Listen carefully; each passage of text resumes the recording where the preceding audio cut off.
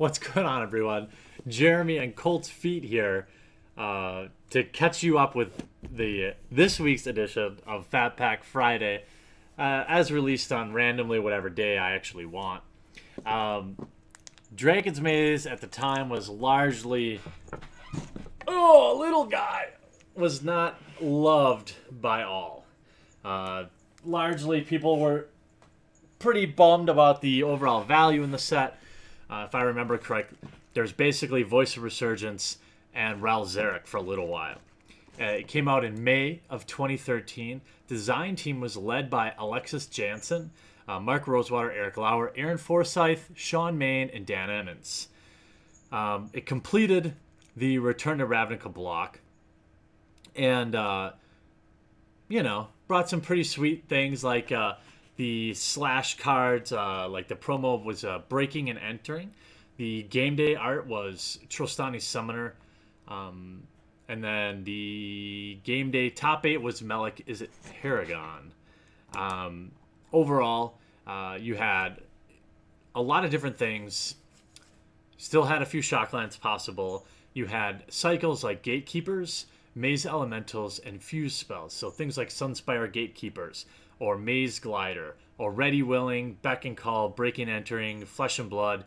These did see some play, and in constructed formats, definitely. Things like Ral Zarek, Lavinia the 10th, Teysa, Dragon Shift are all pretty strong limited bombs. Things like Notion Thief, Voice of Resurgence were also definitely a thing around this set. I didn't feel so bad about it at the time because I was pretty new to the game. But I'm not sure it did new players any favors by kind of being a poopy set. This, I think, was one of the reasons they talked about how third sets always stink. And I don't think that's intentional. I think people are sick of it, and combined, I don't know, there's a lot of different factors that go into it.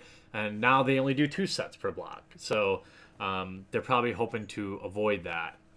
Here we have good old Ral Zarek on the front. In the back, a massive puzzle spans the city world of Ravnica, and all 10 guilds race to be the first to crack the mystery. Rumors abound that whoever navigates the maze of clues could command world-shaking power. Will your guild take the prize? Now, remember at pre-release, there was like a maze runner, and you moved it around on the map. I also remember a pretty... What is that card? There was an interesting Gates deck around here, right? Where people played a ton of fogs, and I'm not going to think of that card. I'm sure people are screaming it in the comments. But Maze's End? Was that it? I think that was in Dragon's Maze. Regardless, it was kind of a rogue deck that was kind of fun. Could definitely ruin some pros' days who weren't planning on playing that deck, and it could beat you if you weren't ready for it. It certainly was fun. Not my kind of jam, but it played a ton of Guild Gates and a ton of fogs.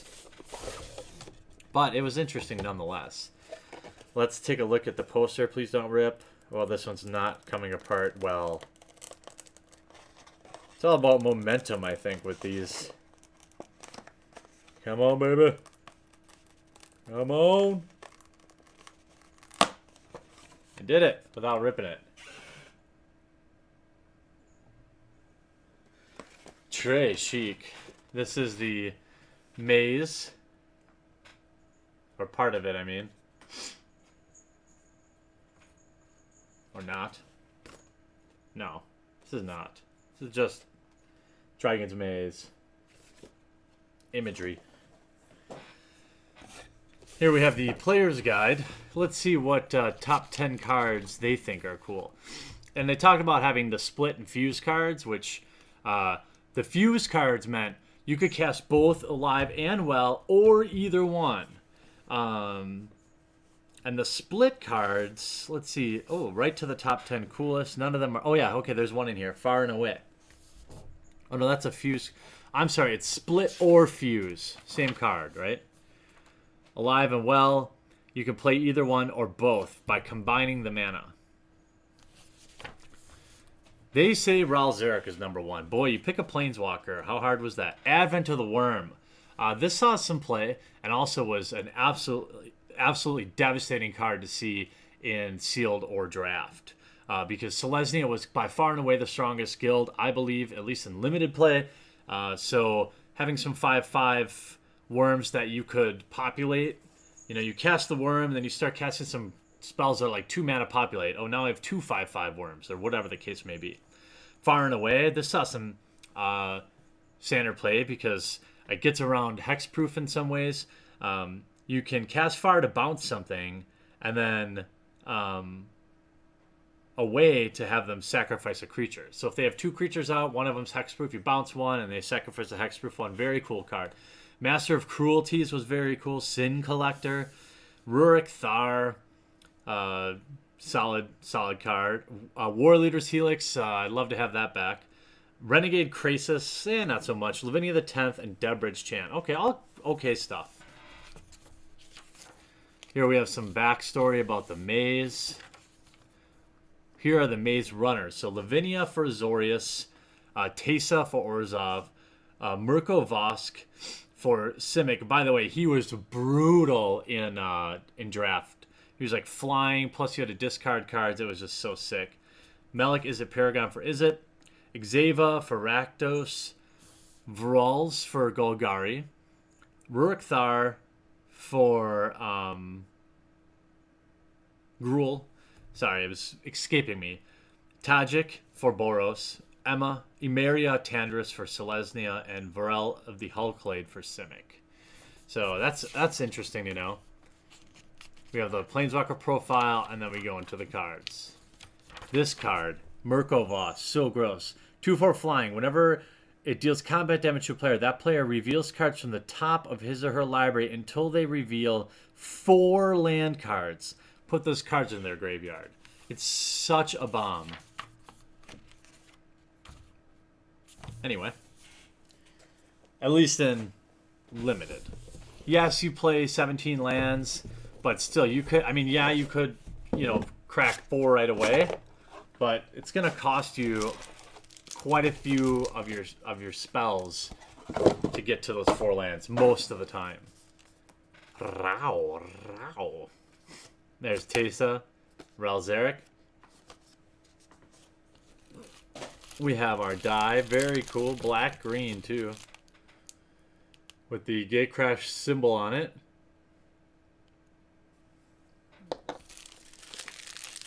I have now completed the Return to Ravnica block dice series. And I have a huge mess here in my basement that I have to take care of. Alright, let's just open a foil Voice of Resurgence here. Time to take a trip down memory lane.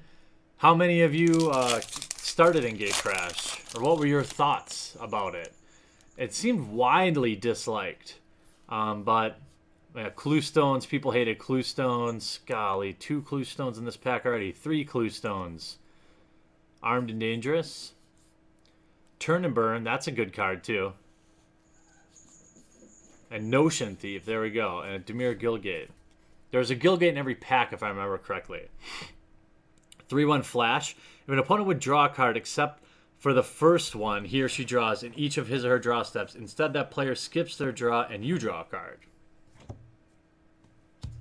Notion Thief.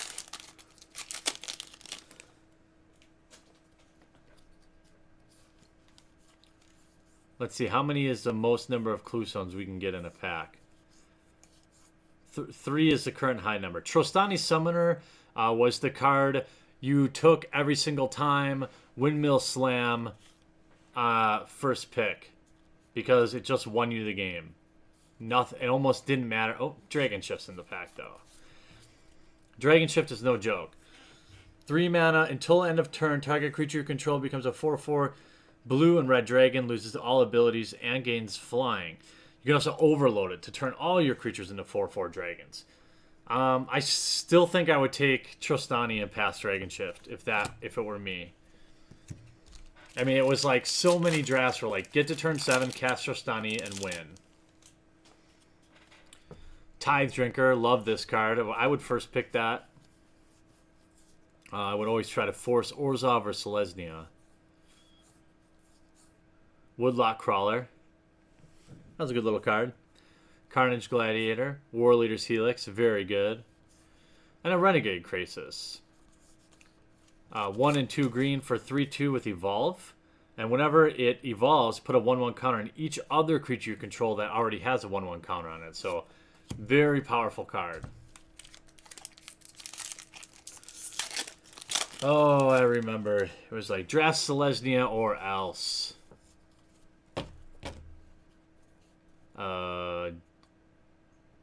Jellin Sphinx, very strong card. Haunter of the Night Veil, also very strong. Give all other creatures repeating to your opponent's control -1/-0 is a powerful effect. Profit and Loss, playable, very playable. Give all your creatures +1/+1, and then give all theirs -1/-1 at instant speed. Very gross. Here's a Maze Runner, Lavinia the 10th. 4/4 legendary. Creature protection from red. When she enters the battlefield, detain each non-land permanent your opponent controls with converted mana cost of 4 or less. So imagine like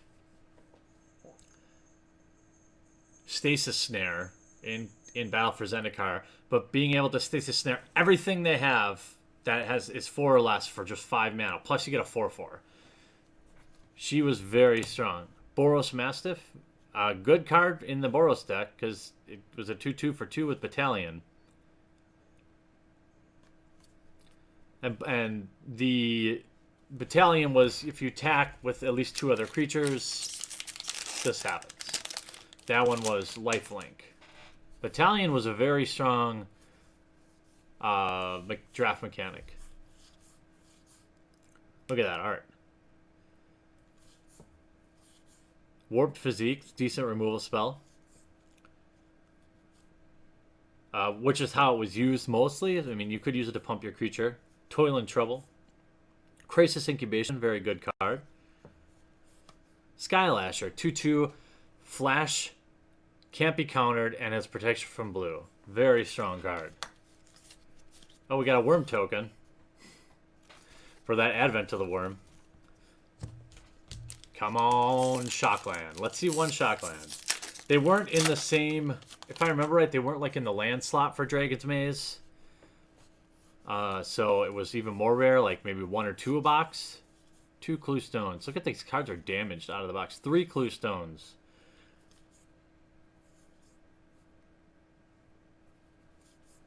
Deadbridge Chant. Mythic.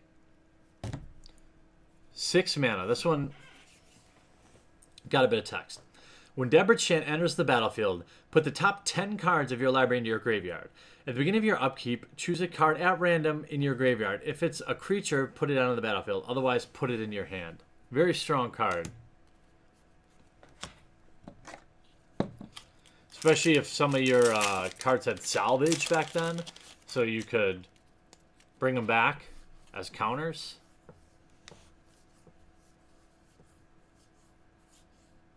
Sin Collector. Definitely saw some...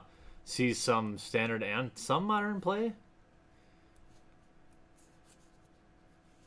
Showstopper. Just great art on that. Wear and Tear. I've seen some constructive play for sure.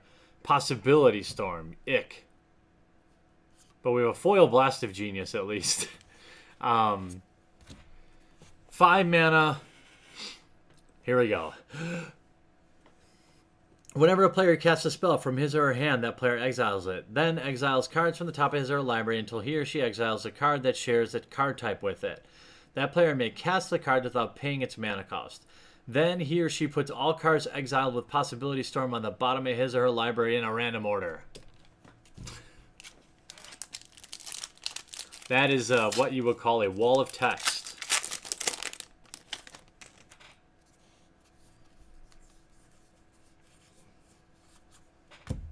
Restore the Peace. Armed and Dangerous. All the split cards are pretty good. Krasis Incubation. Another Dragon Shift.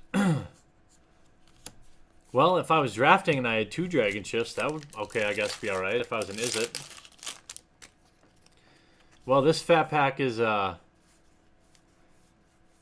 not panning out, but it's still super fun to go through these old cards. Spike Jester, Protect and Serve, Debt to the Deathless. It's a fine Orzhov spell. And Notion Thief, Duplicate. How dare ye? No Shakis?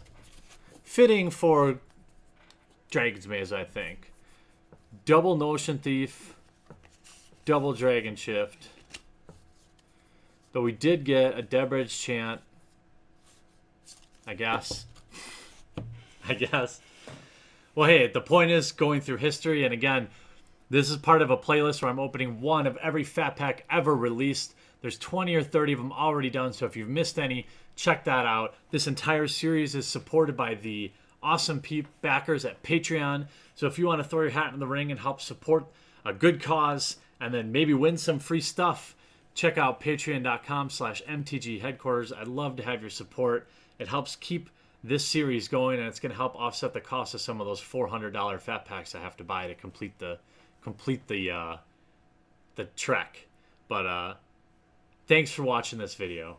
We'll talk to you again real soon. What's up, and thanks for watching this video. I produce all different kinds of content, so if you haven't yet, click on my face to subscribe. If you want to watch more videos, I've got some sweet playlists, including this one, where I open up every Fat Pack ever created. I've also got this one over here where I open just about anything vintage and old and expensive for your enjoyment. And all this is made possible by the awesome backers at our Patreon, which is linked in the description of every video. Hop on over there, check it out, see if it's something you might want to consider. If not, sit back, enjoy, and I'll still love you.